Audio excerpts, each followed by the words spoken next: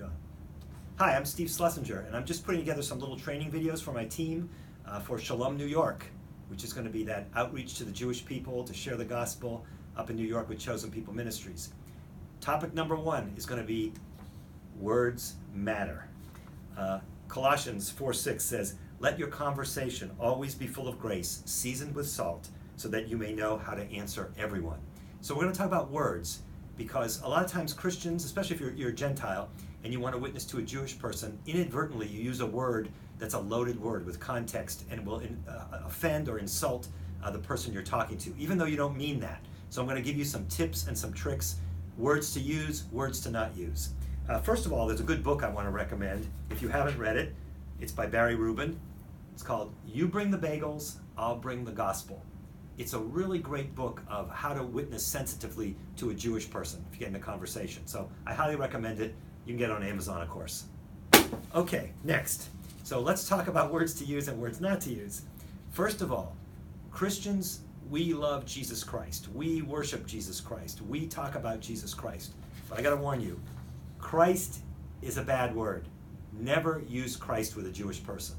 Now, why, you might ask? It just means the anointed one or the Messiah. But the problem is the Jews for thousands of years have been tortured and killed as the Christ killers. So this is a loaded word. It's offensive to Jews. And it's a curse word. Jews use Christ or Jesus Christ as a curse word. So you always want to use instead Messiah. Talk about Messiah, the Jewish Messiah. This is your Messiah. Don't forget, when you're talking to a Jewish person, you don't want to talk about like it's your religion versus their religion. You worship the God of Abraham, Isaac, and Jacob. You're grafted in. This is their Messiah. This is the Jewish Messiah. Remember that.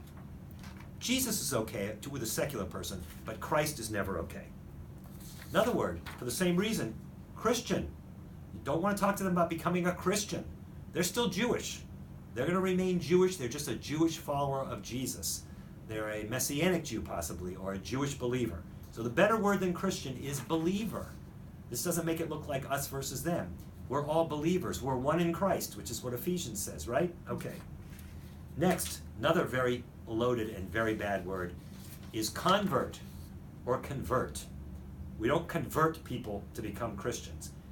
During the Spanish Inquisitions, Jews were tortured and killed and forced to convert. So we never talk about converting. It's a bad word. Talk about trusting your Messiah, believing in Messiah.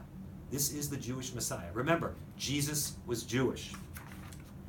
Similarly, don't use the word church, just because that seems to be a Gentile word, a Christian word. Talk about congregation. That's more Jewish friendly. And even the word Jew and Jews can be offensive, like because people have been, with anti-Semitism, they'll say he's a Jew, and it has a negative, purgative, it's a negative context. So we always talk about someone is Jewish, or a Jewish person. Now, if you're talking about Jews and Gentiles, you wouldn't say Jewish people and Gentiles. You could say Jews and Gentiles in that context. But typically, the word Jew can be rather derogatory. So instead, say he's Jewish. Similarly, Jews are against missionaries. So don't say you're on a mission trip. Don't say we're missionaries. Just don't use that at all. Okay? And finally, here's a subtle one, the Old Testament.